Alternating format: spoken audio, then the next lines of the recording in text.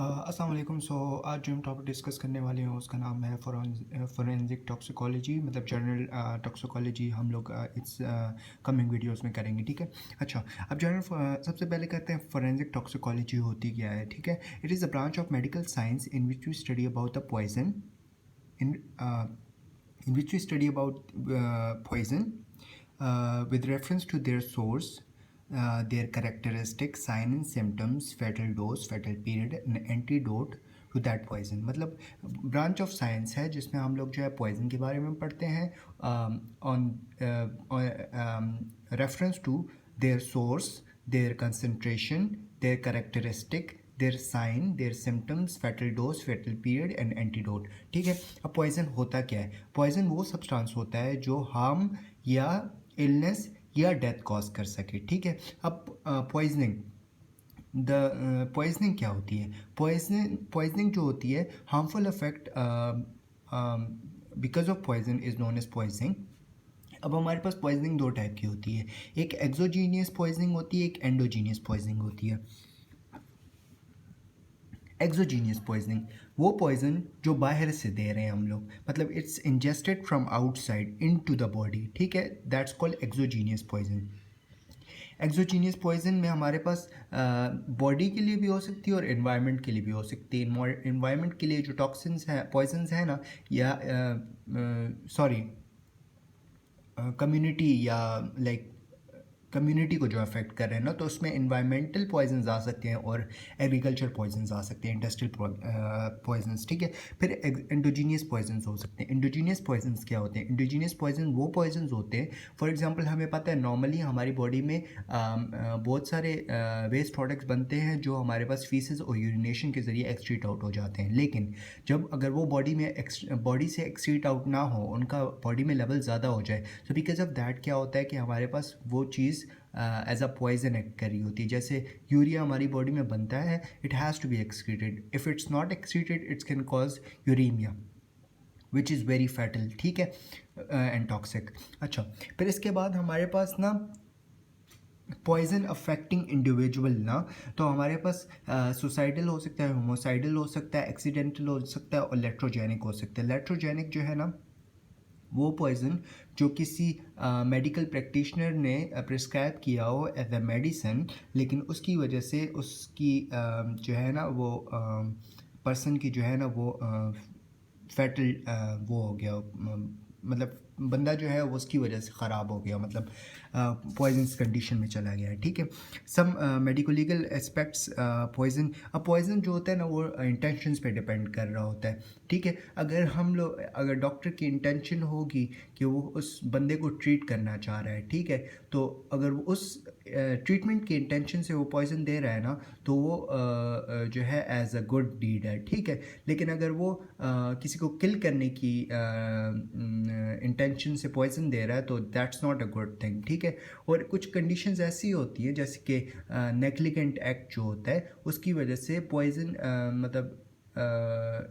की डोज गलती से डॉक्टर या कोई फिजिशियन या कोई भी ज़्यादा दे देता है, जिसकी वजह से बंदा जो होता है वो डेथ कंडीशन में चला जाता है। ठीक है, हम लाइफ थ्रेटनिंग कंडीशन में चला जाता है। ठीक है, उसको हम कहते हैं इंटेंशन विद नेग्लिजेंस। ठीक है, इंटेंशन टू सेव था लेकिन वो नेग्लिजेंस उसने किया। Fatal dose, the minimum amount of dose, the minimum amount of toxin which can cause the person to die is known as the fatal dose. Active principle. Active principle is the active substance or the ingredient which is responsible for any therapeutic effect or toxic effect in the drug is known as the active principal. Like tobacco में हमारे पास nicotine होता है। ठीक है। अच्छा, फिर इसके बाद रूट, या तो हम ओरली ले सकते हैं या तो हम ओरली ले सकते हैं या तो हम इनहेलेशनल ले सकते हैं। ठीक है, या तो इंजेक्टेबल हो सकता है या तो सरफेस या एक्सटर्नल सर्फेसिस के ज़रिए हम लोग ले सकते हैं, या तो ऑरिफिसेस जैसे नोज़ हो गया, एयर हो गया, एनल हो गया, वजाइनल हो गया, इसके ज़रिए पॉइजन जा सकता है। ठीक है। अच्छा, अब फेट ऑफ पॉइजन क्या है? पॉइजन की 3 फेट्स हैं, या तो वो वॉमिटिंग के ज़रिए बाहर निकल आएगा, या तो एब्जॉर्ब्ड हो जाएगा जीआईटी के ज़रिए, फिर उसकी डिस्ट्रक्शन होगी और फिर बाद में या तो वो फीसिस के ज़रिए एक्सक्रीट आउट हो जाएगा और या तो यूरिन में अनचेंज फॉर्म में एक्सक्रीट आउट हो जाएगा, ठीक है। बायो ट्रांसफॉर्मेशन ये होता है कि फॉर एग्जांपल एक ड्रग है या कोई भी सब्सटेंस है, जब हम लेते हैं तो it's in one form, but in the body it is going to be converted into other form. मतलब इनएक्टिव टू एक्टिव भी कन्वर्ट हो सकता है, एक्टिव टू इनएक्टिव भी कन्वर्ट हो सकता है, इसको हम बायो ट्रांसफॉर्मेशन कहते हैं, ठीक है। अब बायो ट्रांसफॉर्मेशन में हमारे पास जैसे कि कैफीन जो होता है, सॉरी हेरोइन जो होता है वो मॉर्फिन में कन्वर्ट हो जाता है, ठीक है। मीथानोल जो होता है वो फॉर्मल्डिहाइड में कन्वर्ट हो जाता है, इथेनॉल जो होता है वो एसिटिल्डिहाइड में कन्वर्ट हो जाता है, ठीक है। कोकेन जो होता है वो बेंजीन कोनाइन में कन्वर्ट हो जाता है। अब route of elimination of poison क्या होता है? एलिमिनेशन की रूट क्या हो सकती है? या तो वॉमिटिंग के ज़रिए, या तो फीसिस, या तो यूरिन, या तो स्वेट, या तो म्यूकस, या तो हेयर, या तो नील्स, इन जगह से एक्सक्रीट आउट हो सकता है, ठीक है। एपिडर्मिस वगैरह भी, ठीक है। जैसे कि हमारे पास जो या बोन, ठीक है, जैसे कि लेड पॉइजनिंग या आर्सेनिक पॉइजनिंग या बोन में पॉइजन की डिपोजिशन होती है। अच्छा, अब हम लोग करते हैं क्लासिफिकेशन ऑफ पॉइजन का। तो पॉइजन जो है ना, हम 3 बेसिस पे क्लासिफिकेशन करते हैं। एक मेडिको लीगल बेसिस पे हम इसको क्लासीफाई करते हैं, एक हम on the basis of there availability इसकी क्लासिफिकेशन करते हैं, और एक हम on the basis of their mode of action इसकी क्लासिफिकेशन करते हैं, ठीक है। अब on the basis of there medico legal classification की करते हैं, ठीक है। सुसाइडल होती है, होमोसाइडल होती है और एक्सीडेंटल होती है। सुसाइडल में हमारे पास जो पॉइजन आ जाते हैं, दैट्स ओपियम, बारबिचुरेट, ओपियम, क्रोसिस में इसमें कार्बोलिक एसिड, ऑक्जेलिक एसिड। हेमोसाइडल में हमारे पास मेटल्स आ जाते हैं, जैसे आर्सेनिक हो जाएगा, एकोनाइट हो जाएगा, मर्करी हो जाएगा, इसके अलावा मर्करी हो जाएगा एंड एंटिमनी वगैरह। एक्सीडेंटल पॉइजन में हमारे पास लाइक एक्सीडेंटली किसी ने कुछ ले ली है ना, जैसे इंसेक्टिसाइड्स हो सकती हैं, स्नेक वेनम्स हो सकते हैं, ठीक है। इसके अलावा केरोसिन ऑयल हो सकता है, और हाउस होल्ड जो ड्रग्स होती हैं, घर में जो नॉर्मली ड्रग्स यूज़ हो रही होती हैं ना, ठीक है।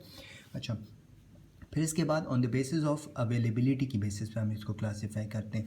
तो अवेलेबिलिटी की बेसिस पे इंडस्ट्रियल होता है, एग्रीकल्चर होता है, इलेक्ट्रोजेनिक होता है और लैब होता है, ठीक है। इंडस्ट्रियल जो होता है लाइक जैसे हैवी मेटल्स में आर्सेनिक आ गया है, ठीक है। एग्रीकल्चर में हमारे पास ये पेस्टिसाइड्स वगैरह जो हो जाते हैं, ठीक है। इंसेक्टिसाइड्स, इलेक्ट्रोजेनिक जो डॉक्टर ने प्रिस्क्राइब की होती हैं, ठीक है। और लैब्स में डिसइंफेक्टेंट्स वगैरह हैं और रिएजेंट्स वगैरह जो यूज़ हो रहे होते हैं। Now we are going to classify on the basis of their mode of action, ठीक है। मोड ऑफ एक्शन की अगर हम क्लासिफिकेशन करते हैं ना, तो हमारे पास सबसे पहले आते हैं 5 क्लासेस हैं, मेरे ख्याल से 6 क्लासेस हैं, ठीक है। क्रोसिव्स, इरिटेंट्स, क्रोसिव्स हैं, इरिटेंट्स हैं, न्यूरोटिपिक हैं, माइकोटॉक्सिक हैं, और माइकोटॉक्सिक हो गया, और एस्फेजेंट्स हैं और मिसलिनियस हैं, ठीक है। सबसे पहले हम करते हैं क्रोसिव्स। क्रोसिव्स में हमारे पास स्ट्रॉन्ग एसिड्स होते हैं और स्ट्रॉन्ग बेसिस होती हैं, ठीक है। स्ट्रॉन्ग एसिड में मिनरल एसिड्स होते हैं, वो ऑर्गेनिक एसिड्स होते हैं और वेजिटेबल एसिड्स होते हैं। तो वो है मिनरल एसिड में H2SO4 है, HCl है, ठीक है। ऑर्गेनिक एसिड में ऑक्जेलिक एसिड है, कार्बोलिक एसिड है, एसिटिक एसिड है, ठीक है। फिर वेजिटेबल एसिड में हाइड्रोजन साइनाइड है, ठीक है। इसके अलावा जो स्ट्रॉन्ग बेसिस हैं उसमें कॉस्टिक सोडा है, कॉस्टिक पोटैश है, and carbonates of sodium, potassium and NH4, ठीक है। एरिटेंट्स पे आ जाते हैं। तो एरिटेंट्स जो होते हैं हमारे पास ऑर्गेनिक एरिटेंट्स होते हैं और इनऑर्गेनिक एरिटेंट्स होते हैं, ठीक है। सबसे पहले हम ऑर्गेनिक करते हैं। ऑर्गेनिक में हमारे पास वेजिटेबल पॉइजन्स हो सकते हैं, प्लांट जो होते हैं, ठीक है।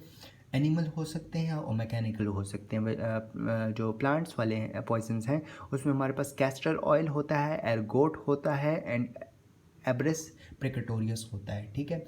और जो एनिमल वाले हैं उसमें हमारे पास स्नेक बाइट्स, इंसेक्ट बाइट्स वगैरह आ जाते हैं। मैकेनिकल में ग्लास पाउडर और डायमंड के पाउडर्स आ जाते हैं, ठीक है। अच्छा, इनऑर्गेनिक में मेटल्स एंड नॉन मेटल्स आ जाते हैं। मेटल्स में lead, arsenic, acid, lead, arsenate, aconite, mercury, magnesium, ये चीज़ें आ जाती हैं। और जो नॉन मेटल्स हैं उसमें boron and phosphate, phosphorus, boron and phosphorus. फिर इसके बाद हमारे पास आता है न्यूरोटिपिक। न्यूरोटिपिक में हमारे पास सेरेब्रल आ जाता है, ठीक है। सेरेब्रल डिप्रेशन, सेरेब्रल में डिप्रेशन में हमारे पास जो सबसे पहले ड्रग्स आती हैं वो एक तो आती हैं सोमेनिफेरस जिसमें ओपियम आता है। इनहेबिटेंट्स में हमारे पास अल्कोहल और एनेस्थेटिक और सिडेटिव्स आते हैं। डिलीरियंट्स में हमारे पास जो है वो दतूरा, बेलाडोना पॉइजनिंग एंड वो कोकेन वगैरह आ जाता है। क्या है, सेरेब्रल में हमारे पास वो आता है सोमनीफेरस आता है जिसमें ओपियम आ जाता है। इनहेबिटेंट्स में जो है वो अल्कोहल और एनेस्थीसिया वगैरह आ जाता है। और डिलीरियंट में हमारे पास वो आते हैं दतूरा poisoning, belladonna poisoning and cocaine वगैरह, ठीक है। स्पाइनल में हमारे पास जो है वो स्ट्रेक्निन जैसे जो हमारे पास वो है नेक्सोमेका एंड इट्स अल्कोलाइड है। और पेरिफेरल में हमारे पास जो है वो क्यूरारे आ जाता है, ठीक है। अच्छा, नॉन मायोटॉक्सिक जो है ना, मायोटॉक्सिक में सिर्फ स्टिमुलेंट्स हैं और डिप्रेसेंट्स हैं ना। तो हार्ट के जो स्टिमुलेंट्स हैं वो एड्रेनलिन है और डिजिटलिस है, ठीक है। और जो स्मूथ मसल्स है उसके स्टिमुलेंट्स जो है ना वो है एर्गोट है और बेरियम है, ठीक है। अब डिप्रेसेंट, हार्ट का जो डिप्रेसेंट है दैट्स एकोनाइट। स्मूथ मसल का डिप्रेसेंट जो है वो नाइट्रेट है। और जो स्केलेटल मसल है उसका क्यूरारे है, ठीक है। इस फेजेंट में कार्बन डाइऑक्साइड आ जाता है, कार्बन मोनोऑक्साइड आ जाता है, SO2 आ जाता है, ठीक है। और H2S आ जाता है। और मेसिलिनियस में हमारे पास जो है वो एंटी हिस्टामीन, एनाल्जेसिक्स एंड ट्रंकुलाइजर्स आ जाएंगे, ठीक है। अच्छा,